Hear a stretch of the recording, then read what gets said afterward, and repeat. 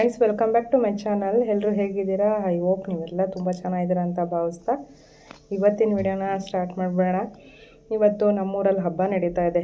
ಕೊಲ್ಲಾಪುರದ ಅಮ್ಮ ಹಾಗೆಯೇ ಮಂದೆ ಮಾರಮ್ಮ ಅವರ ಹಬ್ಬ ನಡೀತಾ ಇದೆ. ಹಾಗಾಗಿ ವಿಶೇಷವಾದಂಥ ದಿನ ಅಂತಲೇ ಹೇಳ್ಬೋದು.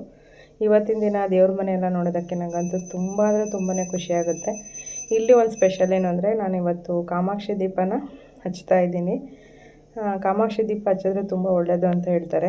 ಹಾಗಾಗಿ ಕಾಮಾಕ್ಷಿ ದೀಪ ಹಚ್ಚೋಣ ಅಂತ ಹೇಳಿ ಅದಕ್ಕೆ ಒಂದು ಒಳ್ಳೆ ದಿನ, ವಿಶೇಷವಾದಂಥ ದಿನ ನೋಡಿಬಿಟ್ಟು ಹಚ್ಚಬೇಕು ಅಂತ ನನ್ನ ಭಾವನೆ.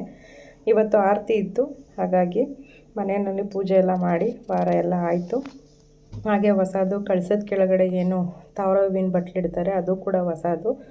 ಹಾಗೆಯೇ ಕಾಮಾಕ್ಷಿ ದೀಪ ಹೇಳಿದ್ನಲ್ಲ, ಅದು ಕೂಡ ಹೊಸದೇ. ನನ್ನ ತಂಗಿಯ ಮನೆಯಲ್ಲಿ ಕೊಟ್ಟಿದ್ದು, ಮನೆ ಓಪನಲ್ಲಿ ರಿಟರ್ನ್ ಗಿಫ್ಟ್ ಅಂತ ಹೇಳಿ ಕೊಟ್ಟಿದ್ದು. ಹಚ್ಚೇ ಇರಲಿಲ್ಲ ನಾನು, ಯಾವುದೋ ಒಂದು ಹಬ್ಬದಲ್ಲಿ ಹಚ್ಬಿಟ್ಟು ಹಾಗೆ ಎತ್ತಿಟ್ಟಿದ್ದೆ. ತುಳಸಿ ಹಬ್ಬದಲ್ಲಿ ಅಂದ್ಕೊಳ್ತೀನಿ. ಇವತ್ತು ಹಚ್ಬಿಡೋಣ ಅಂತ ಹೇಳಿ ಹಚ್ತಾ ಇದ್ದೀನಿ. ವಿಶೇಷವಾದ ದಿನದಲ್ಲಿ ದೇವ್ರ ಮನೆ ನೋಡೋದಕ್ಕೆ ನನಗಂತೂ ತುಂಬ ಅಂದರೆ ತುಂಬಾ ಖುಷಿಯಾಗುತ್ತೆ. ಹಾಗೆ ಸಂಜೆ ದೇವಸ್ಥಾನ ಕೂಡ ಹೋಗಬೇಕು. ನಮ್ಮೂರಲ್ಲಿ ಜಾತ್ರೆ ಅಂದರೆ ಯಾವ ಥರ ಇರುತ್ತೆ, ಜಾತ್ರೆ ಅನ್ನೋದಕ್ಕಿಂತ ಇದು ಹಬ್ಬ ಅಂತಲೇ ಹೇಳ್ಬೋದು.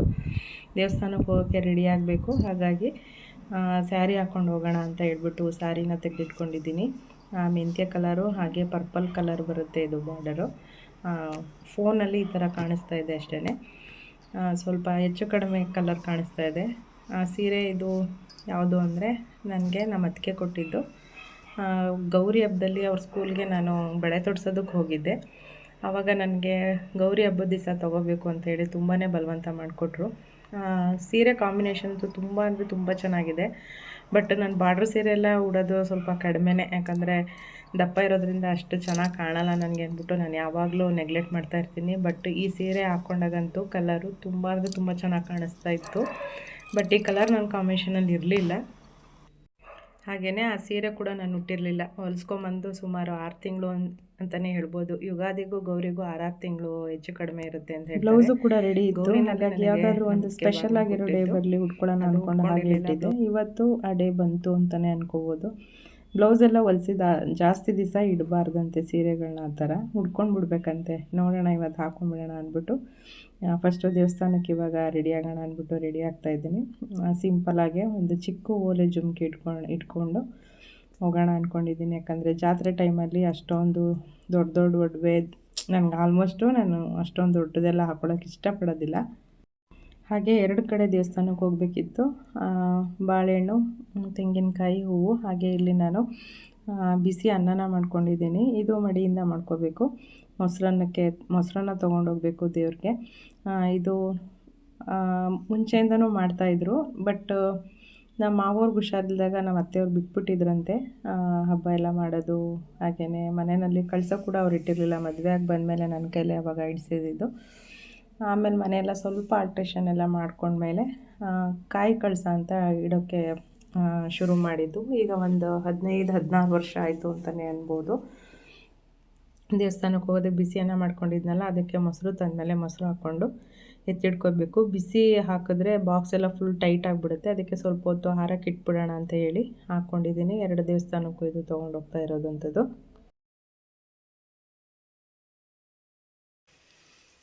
ಪೂಜೆಗೆಲ್ಲ ಜೋಡಿಸ್ಕೊಂಡಿದ್ದಾಯಿತು. ಈಗ ಸ್ವಲ್ಪ ಹಣೆಗೆಲ್ಲ ಇಟ್ಕೊಂಡು ಹೋಗ್ಬೇಕಷ್ಟೇ. ಸ್ವಲ್ಪ ಲೇಟಾಗೇ ಹೋಗೋಣ ಇವತ್ತು ಅಂದ್ಬಿಟ್ಟು ಸ್ವಲ್ಪ ಲೇಟಾಗೇ ರೆಡಿಯಾಗಿದ್ದೀನಿ. ನೋಡ್ತಾ ಇರ್ಬೋದು, ಈ ಸೀರೆ ಬಂದು ನಮ್ಮ ಅತ್ತಿಗೆಯವ್ರು ಕೊಡಿಸಿದ್ದು.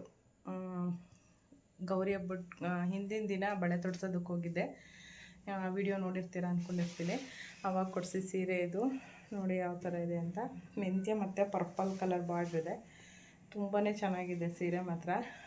ಉಟ್ಕೊಂಡಿದ್ದ ತಕ್ಷಣವೇ ಖುಷಿ ಆಯಿತು, ಎಷ್ಟು ಚೆನ್ನಾಗಿ ಕಾಣಿಸ್ತಿದೆ ಅಂತ. ನಿಜವಾಗ್ಲೂ ಕಲರ್ ಕಾಂಬಿನೇಷನ್ ಸಖತ್ ಇಷ್ಟ ಆಯಿತು. ಹೇಗೆ ಕಾಣುತ್ತಪ್ಪ ಅಂತ ಅಂದ್ಕೊಂಡಿದ್ದೆ, ಬಟ್ ತುಂಬಾ ಚೆನ್ನಾಗಿ ಕಾಣಿಸ್ತಾ ಇದೆ ಸೀರೆ. ದೇವಸ್ಥಾನಕ್ಕೆ ಹೊರಡೋ ಟೈಮಲ್ಲಿ ಸ್ವಲ್ಪ ಬೇಜಾರಂತಲೇ ಅನ್ನಿಸ್ತಾಯಿತ್ತು. ಯಾಕಂದರೆ ಈ ಸತಿ ಮಗಳಿರಲಿಲ್ಲ, ಹಾಗೆ ಮನೆಯವ್ರು ಕೂಡ ಡ್ಯೂಟಿನಲ್ಲಿದ್ದರು. ನಾನು ನನ್ನ ಮಗ ಇಬ್ಬರೇ ಹೋಗಬೇಕಾಗಿತ್ತು. ಅದಕ್ಕೋಸ್ಕರ ಸ್ವಲ್ಪ ಬೇಜಾರಾಯಿತು. ಮಗಳು ಬರ್ತಾಯಿದ್ಲು, ಅವಳಿಗೆ ಇಂಟರ್ನಲ್ ನಡೀತಾಯಿತ್ತು, ಹಾಗಾಗಿ ಅವಳು ಬರಲಿಲ್ಲ. ತುಂಬಾ ಮಿಸ್ ಮಾಡಿಕೊಂಡೆ ಇವತ್ತು ಅಂತಲೇ ಹೇಳ್ಬೋದು. ಏನೇ ಅಂದ್ರೂ ಮನೆಯಲ್ಲಿ ಹೆಣ್ಮಕ್ಳಿದ್ದಂಗೆ ಆಗೋದಿಲ್ವಲ್ಲ. ಸಿಕ್ಕಾಪಟ್ಟೆ ಬಿಸಿಲು, ಸೆಕೆ ಕೂಡ ನನ್ನ ಕೈಲಿ ತಡೆಯೋಕ್ಕಾಗ್ತಾಯಿಲ್ಲ. ಆಗಲೇ ನಿಮ್ಗೆ ಹೇಳಿದ್ನಲ್ಲ, ಜಾತ್ರೆ ಅಂದರೆ ತೇರ ಮೇಲೆ ದೇವ್ರನ್ನೆಲ್ಲ ಕುಣಿಸಿ ಇಳಿಯೋ ಥರ ಇಲ್ಲಿ ನಮ್ಮೂರಲ್ಲಿ ಮಾಡೋದಿಲ್ಲ. ಗಾವನ್ನ ಸಿಗುತ್ತಾರೆ. ಗಾವು ಅಂದರೆ ಕುರಿಗಳು ಹರಕೆ ಮಾಡ್ಕೊಂಡಿರೋರೆಲ್ಲ ಕೊಟ್ಟಿರ್ತಾರಲ್ಲ, ಅವನ್ನೆಲ್ಲ ಬಾಯಲ್ಲೇ ಸಿಗ್ದು ಕೆಂಡ ಎಲ್ಲ ತುಳಿದು ಹಬ್ಬನ ಮಾಡ್ತಾರೆ. ಅದು ನೋಡೋಕ್ಕೆ ತುಂಬಾ ಚೆನ್ನಾಗಿರುತ್ತೆ. ನಾನು ಮದುವೆ ಅದು ಹೊಸದ್ರಲ್ಲಿ ನೋಡಿದ್ದು, ಒಂದು ಸಲ ಅಷ್ಟೇ ನಾನು ನೋಡಿರೋದು. ಬಾಕಿ ಟೈಮ್ ಅದೇನು ನಾನು ನೋಡಿಲ್ಲ. 8 ಗಂಟೆಗೆಲ್ಲ ಹೋಗೋಣ ಅಂದ್ಕೊಂಡಿದ್ದೆ. 8 ಗಂಟೆಗೆ ಹೋದರೆ ಕೊಂಡ ಎಲ್ಲ ಹಾಕಿರ್ತಾರಲ್ವ, ಅದು ನೋಡೋಕ್ಕೆ ಚೆನ್ನಾಗಿರುತ್ತೆ. ಮತ್ತು ಸೌದೆಗಳೆಲ್ಲ ಹರಕೆ ಮಾಡ್ಕೊಂಬಂದಿರೋರೆಲ್ಲ ತೊಗೊಂಬಂದು ಕೊಡ್ತಾಯಿರ್ತಾರೆ. ಅದು ಅವಾಗ ಅಂಗಡಿ ಮುಂದೆ ಹೋಗೋದು ಅಂದರೆ ನಮ್ಮ ಅತ್ತೆಯವ್ರದ್ದು ಬಳೆ ಅಂಗಡಿ ಇತ್ತು. ಆ ಅಂಗಡಿ ಮುಂದೆ ಹೋಗಬೇಕಾದ್ರೆ ಕಾಣೋದು ತುಂಬ ಚೆನ್ನಾಗಿ ಕಾಣಿಸೋದು. ಅದು ಈಗಲೂ ಹೋದ್ರೂ ಕಾಣುತ್ತೆ. ಬಟ್ ಏನು ಅಂದರೆ ನಾವು ಅಲ್ಲಿಗೆ ಹೋಗೋಕ್ಕಾಗಲ್ಲ, ತುಂಬ ದೂರ ಇದೆ. ಒಂದು ಕಿಲೋಮೀಟ್ರಷ್ಟು ದೂರ ಆಗುತ್ತೆ. ದೇವಸ್ಥಾನಕ್ಕೆ ಹೋಗ್ತೀವಿ ಅಂದರೆ 1.5 ಕಿಲೋಮೀಟ್ರ್ ಅಷ್ಟು ದೂರ ಆಗುತ್ತೆ. ಹಾಗಾಗಿ ಅದೆಲ್ಲ ತುಂಬಾ ಮಿಸ್ ಮಾಡ್ಕೊಳ್ತಾ ಇದ್ದೆ. ನೆನಪಾಯಿತು ಅದು ಇವತ್ತು ಸಡನ್ನಾಗಿ. ಅಂಗಡಿ ಹತ್ರ ಹೋದರೆ ದೇವಸ್ಥಾನಕ್ಕೆ ನಮ್ಮ ಅತ್ತೆಯವ್ರ ಜೊತೆ, ಅಲ್ಲಿಂದ ಅವರು ಕರ್ಕೊಂಡು ಹೋಗ್ತಾ ಇರೋರು. ಅದೆಲ್ಲ ಮಿಸ್ ಆಯಿತು ಅಂತ ಅನ್ನಿಸ್ತಾ ಇರುತ್ತೆ ನನಗಂತೂ ಒಂದೊಂದು ಸಲ.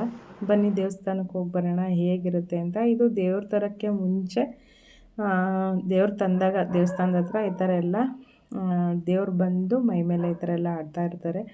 ನೋಡೋದಕ್ಕೆ 2 ಕಣ್ಣು ಸಾಲದು ಅಂತಲೇ ಹೇಳ್ಬೋದು. ತುಂಬ ಚೆನ್ನಾಗಿರುತ್ತೆ. ಹತ್ರ ಇರೋರೆಲ್ಲ ಹೋಗಿ ನೋಡ್ತಾ ಇರ್ತಾರೆ. ನಾವು ಸ್ವಲ್ಪ ದೂರ ಇರೋದ್ರಿಂದ ಅಲ್ಲಿಗೆ ಈ ಥರ ಎಲ್ಲ ಮಿಸ್ ಆಯಿತು ಅಂತ ಅಂದ್ಕೊಳ್ತೀನಿ.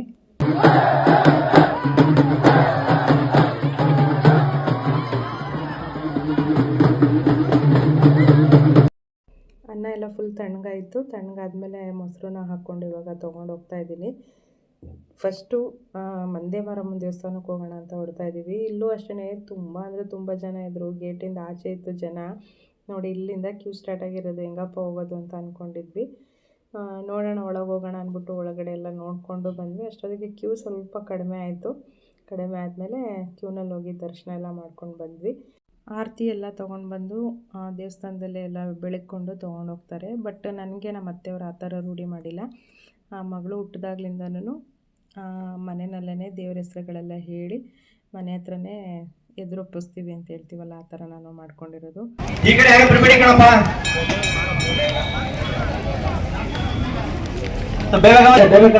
ಕಾಯಿಸ್ಬಿಡಿ, ಕಳಿಸಿ ಬೇಗ. ಇಲ್ಲ ಇಷ್ಟೊಂದು ಲೇಟ್ ಆದ್ರೆ ಇನ್ನು ಮುಂದಕ್ಕೆ ಲೇಟ್ ಆಗುತ್ತೆ. ಬೇರೆ ದೇವಸ್ಥಾನಗಳಿಗೆ ಬೇಗ ಬನ್ನಿ.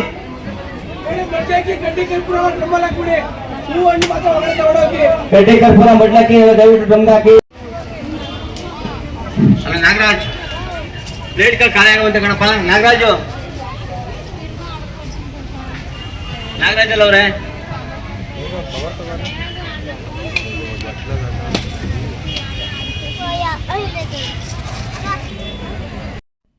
ಬೇವಿನ ಮರದ ಕೆಳಗಡೆ ಒಂದು ಬಟ್ಟೆನ ಹಾಸಿ ಅದ್ರ ಒಂದು ಟೇಬಲೆಲ್ಲ ಹಾಕಿ ಹಿಂಗೆ ಅನ್ನದ ರಾಶಿ ಇರುತ್ತೆ. ಅಂದರೆ ಬಂದಿರೋರೆಲ್ಲ ಇಲ್ಲಿ ಅನ್ನನ ಈ ಥರ ಮೊಸರನ್ನ ಹಾಕ್ತಾರೆ. ಈ ಥರ ಹಾಕೋದ್ರಿಂದ ತಾಯಿ ತಣ್ಣಗಾಗ್ತಾಳೆ ಅಂತ ಹೇಳಿ. ಹಾಗೆಯೇ ಮಂದೇ ಮಾರಮ್ಮಗೆ ತುಂಬ ಚಿಕ್ಕ ಮಕ್ಕಳಿಗೆ ಆಗುವಂಥ ದೇವರು ಅಂತ ಇದು. ಅಮ್ಮ ಎಲ್ಲ ಆದರೆ ಫಸ್ಟು ಮಂದೇ ಮಾರಮ್ಮಗೆ ಹೋಗಿ ಬರ್ರಿ ಅಂತ ಹೇಳ್ತಾರೆ. ಹಾಗಾಗಿ ಮಂದೇ ಮಾರಮ್ಮ ಅಂದರೆ ತುಂಬಾ ಪವರ್ಫುಲ್ ಅಂತಲೇ ಹೇಳ್ಬೋದು. ಒಳಗಡೆ ಹೋಗ್ತಾಯಿದ್ದೀವಿ. ತುಂಬ ಅಂದರೆ ತುಂಬಾ ಜನ ಇದ್ದರು. ಕಾಯಿ ಎಲ್ಲ ಹೊಡ್ಕೊಂಡು, ಅಂದರೆ ಈಗ ಈ ಟೈಮಲ್ಲಿ ಪೂಜೆಗೆಲ್ಲ ತೊಗೊಂಡು ಹೋದರೆ ಅಷ್ಟು ನೀಟಾಗಿ ಪೂಜೆ ಎಲ್ಲ ಮಾಡಿಕೊಡೋದಿಲ್ಲ. ಯಾಕೆಂದರೆ ತುಂಬಾ ಜನ ಇರ್ತಾರೆ. ಹಾಗೆ ಅಲಂಕಾರಗಳೆಲ್ಲ ಮಾಡಿರ್ತಾರಲ್ವ, ಏನು ಅಷ್ಟೊಂದು ದೇವ್ರ ಮೇಲೆ ನಾವು ತೊಗೊಂಡೋಗಿದ್ದಂಥದ್ದು ಏನೂ ಹಾಕೋದಿಲ್ಲ. ಈ ಟೈಮಲ್ಲಿ ಸುಮ್ಮನೆ ದೇವರಿಗೆ ಹುಂಡಿಗೆ ದುಡ್ಡು ಹಾಕೋದು ಬೆಟರ್ ಅಂತ ನನ್ನ ಅನಿಸಿಕೆ ಅನಿಸುತ್ತೆ. ಯಾಕೆಂದರೆ ಪೂಜೆ ಯಾರೂ ಅಷ್ಟು ನೀಟಾಗಿ ಮಾಡೋದಿಲ್ಲ. ದೇವ್ರಿಗೆಲ್ಲ ತುಂಬ ಚೆನ್ನಾಗಿ ಅಲಂಕಾರ ಮಾಡಿರ್ತಾರಲ್ವ, ಹಾಗಾಗಿ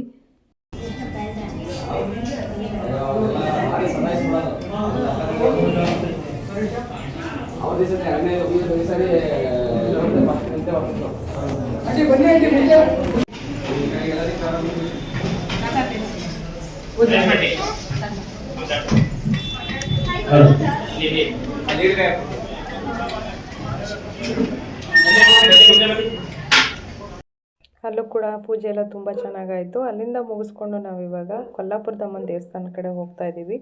ಹೋಗ್ತಾ ಎಂಟ್ರೆನ್ಸಿಂದ ಹಿಡಿದು ತುಂಬ ಅಂದರೆ ಹೇಳೋಕ್ಕಾಗಲ್ಲ.